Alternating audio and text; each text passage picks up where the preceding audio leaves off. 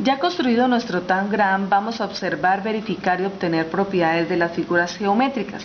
Si tomamos las figuras número 1 y número 2, las observamos, el nombre que recibe cada una de estas figuras es triángulo. Según sus ángulos, ¿qué clase de triángulos son? Sería un triángulo rectángulo porque posee un ángulo recto interno que mide 90 grados. Los lados de un triángulo rectángulo reciben nombres especiales, en este caso serían los catetos y la hipotenusa. Si comparamos los catetos de cada triángulo, que serían estos, ¿cómo son? Son iguales. Por esta razón se dice además que cada triángulo es isósceles, es decir, tiene dos de sus lados iguales y otro desigual. Si ponemos la pieza número 1 sobre la pieza número 2,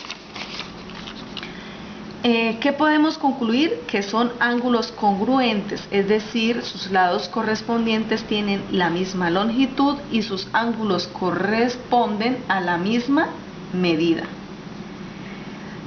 Si tomamos ahora la pieza número 1, la pieza número 2 y la pieza número 3, ¿es la figura número 3 de la misma forma que la 1 y la 2? Sí, efectivamente tiene la misma forma. ¿Es la figura número 3 del mismo tamaño que la figura número 1? No, es mucho más pequeña. ¿La figura número 3 tiene un ángulo recto? Sí, claro que sí, tiene un ángulo recto. Si ponemos la figura número 3 sobre la figura número 1 y comparamos los ángulos correspondientes, podemos determinar que son ángulos congruentes. Si hacemos coincidir un ángulo de la figura número 3 con el ángulo correspondiente de la figura número 1, los lados opuestos a dichos ángulos son paralelos. ¿Cómo son los triángulos 1 y 3? Son semejantes.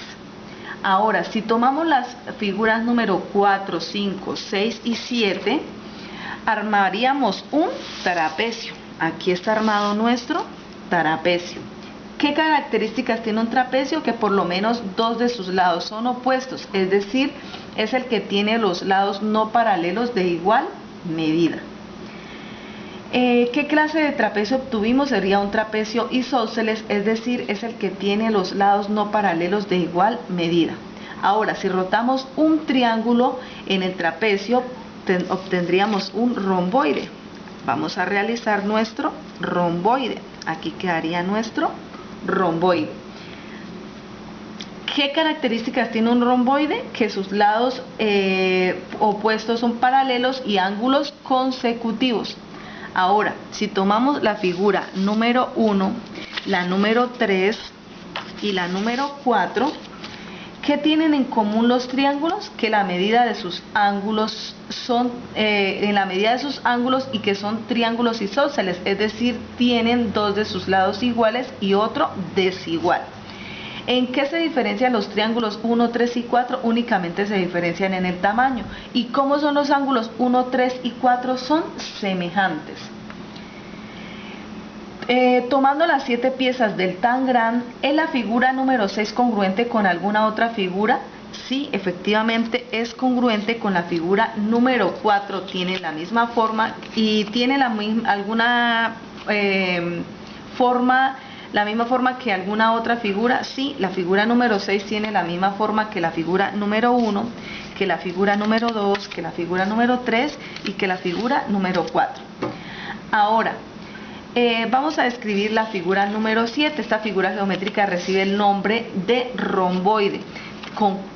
Tiene 4 lados, es decir, es cuadrilátero y 4 ángulos, siendo iguales 2 a 2, y también los lados son paralelos a sus opuestos. ¿La figura número 7 tiene algún ángulo recto? No, no tiene ningún ángulo recto. ¿Cómo son sus ángulos opuestos? Son congruentes. ¿Cómo son sus lados opuestos? Son paralelos. Ahora, si realizamos una lista de las figuras geométricas que hemos realizado hasta el momento, podemos decir que hemos obtenido un triángulo, un cuadrado, un romboide y un trapecio. Y si clasificamos estas figuras anteriores de acuerdo con el número de lados, tendríamos que son triángulos y son cuadriláteros. Ahora, al respaldo de una hoja, el estudiante debe realizar un cuadro sinóptico con la clasificación de los cuadriláteros y la clasificación de los triángulos, como uno de estos ejemplos. Y también con diferentes implementos geométricos deben dibujar en su cuaderno cada uno de los polígonos anteriores, como son el triángulo, el cuadrado, el romboide y el trapecio.